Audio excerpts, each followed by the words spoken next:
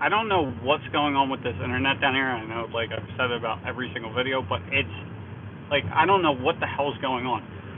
So the Wi-Fi, or not the Wi-Fi, so the internet for like cell phone service and everything else, like I guess because it's Monday and not as many people are down here, that like down the shore, then what's happening is now the internet speeds are faster, but now like the internet at the house keeps on dying constantly. So I called Comcast, and speaking of which, I should actually give a shout out to them because it was actually not a pain in the ass. Like I called, it knew me by number. Oh my god, that plane is so low.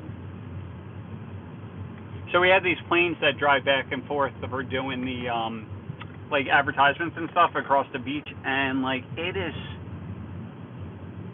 it's really friggin' low. Anyway, so anyway, I called Comcast, and then it first looked up the business address, and I said no, that's not it. So it had me put in a zip code. Then it found my it mentioned my correct address that I was calling from. Perfect. And then basically I was able to just reset it from there. It took like 2 seconds, but it just keeps on happening again. So I don't know if it's the router. So anyway, I'm going now. So anyway, the trick to hiring better employees. So this is one thing I used to do back in McDonald's days, right? And so what I noticed is like whenever we had like I was just doing like one-on-one interviews, sometimes the quality was good, sometimes not. Like, and obviously it's McDonald's, so we're dealing with mostly kids. But the one thing, and this really helped with like customer service and stuff like that. The one thing I used to do all the time is I would do group interviews all the time, right? And the reason for that is like one employee, like one candidate might have seemed pretty good, but then when you stack them up against other people, then like you can kind of see like I might have hired them both, but like what ended up happening is it was just blatantly obvious at that point. You know, the people that were really good were all the way up here, and the people that were mediocre were down here, and the people all the way at the bottom all the way down here. So there was like a big gap, right? And because it wasn't one-on-one, you could see that, right?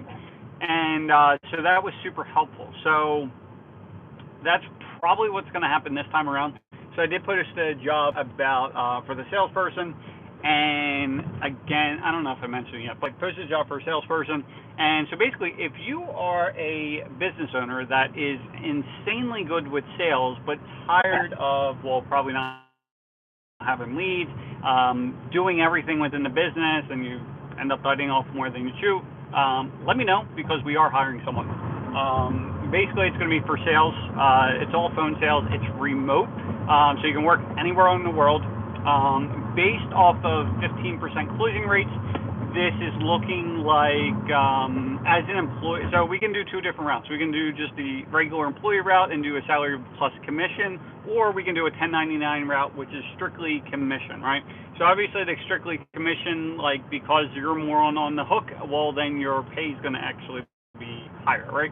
But anyway, closing at 15%, the numbers are looking at least 100 grand a year, but probably closer to about 120ish. The way we work those numbers is basically 10 leads a day. The average profit, like if you end up going the 1099 route, it's just under $400, right? So if you're getting 10 leads a day, you're closing at 15%. Now, like I told you,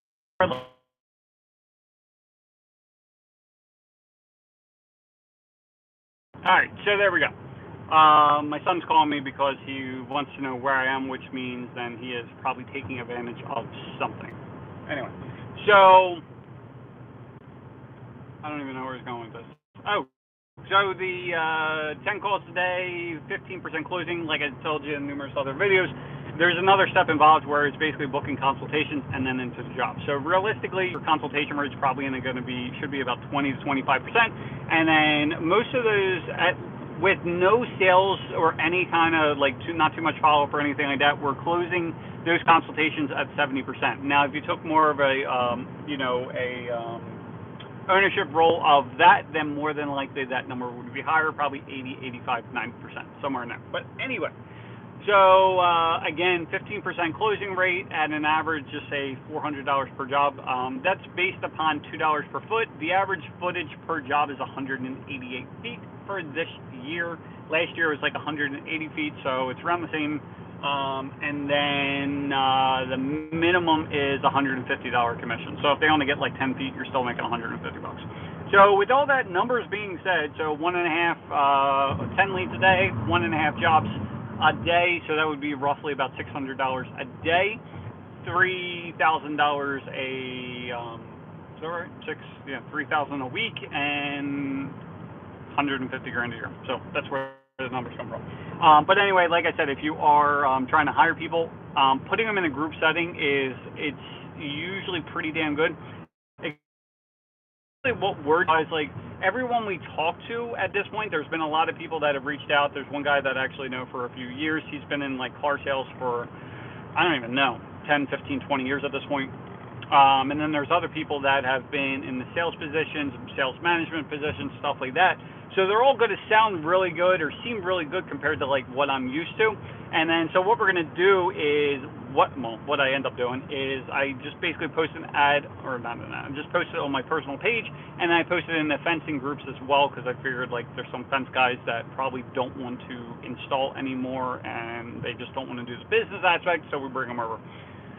So that's what we're doing. So anyway, those people, for all the people that end up reaching out, what I did is I created a video on Loom and basically showed the entire process, because I didn't want to talk to every single person and say the same shit over and over again.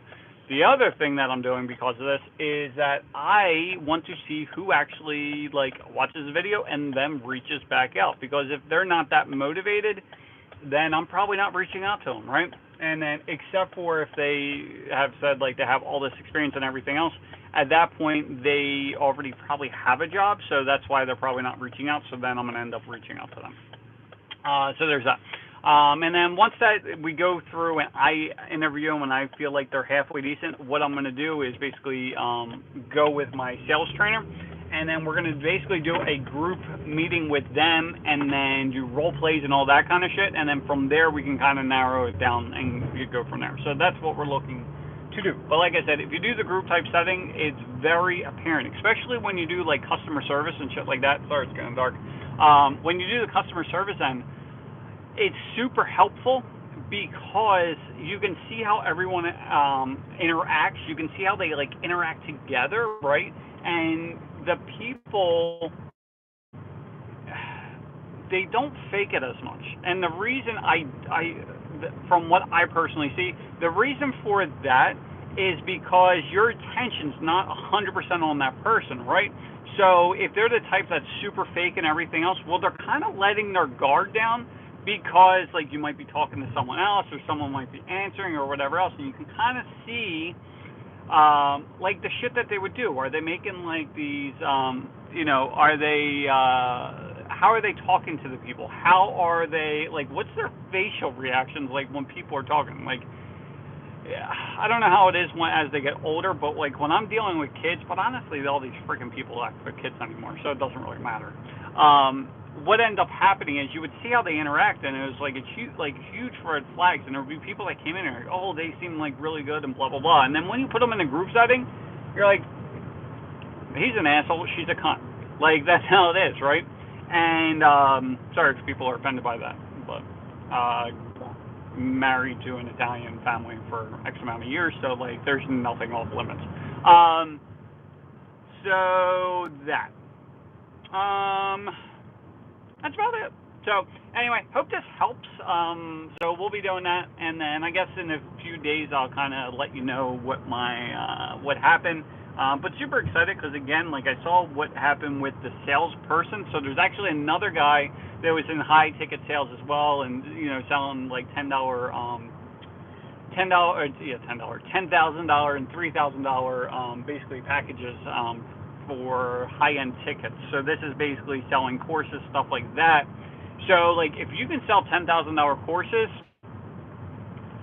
which have no guarantees, no nothing really, because I'm more from that space than anything else, if they can do that, then they can easily sell fences or whatever else when people are actively looking for it. Like, they're going to get it anyway, it's just you need to get it to have them work with your company as opposed to another one. And especially when you're dealing with these high ticket sales and stuff like that, especially like $10,000 programs, well, it's very consistent, that you're always getting people that say that's too expensive or I can't afford it or whatever else. And you have to be able to overcome that, because the reason why they're attempting to buy a $10,000 product is because they're not happy where they're at in their current situation. So that could be financially. So if they you're basically making them look for the money. You're making them really go through and kind of analyze these situations instead of just saying, oh, it's too expensive, and they're like, all right, no problem, I understand. It's going through, and it's like going through the pain and pleasure. Like, what would happen if you keep on doing the same shit over and over? Like, it hasn't worked for you. Like, why do you think that's going to change, right? And for the pleasure, it's like, what would your life look like if you end up doing this course and you learn the things you need to do, and instead of, the situation you're going through, you're going to that ideal situation, right? So what does your life look like? So it's going through the pain and pleasure, that kind of thing. So there we go. Anyway, wish me luck. Hopefully I can get this freaking router and the internet works, because it kind of sucks working from the shore when there's no internet. Have a good one.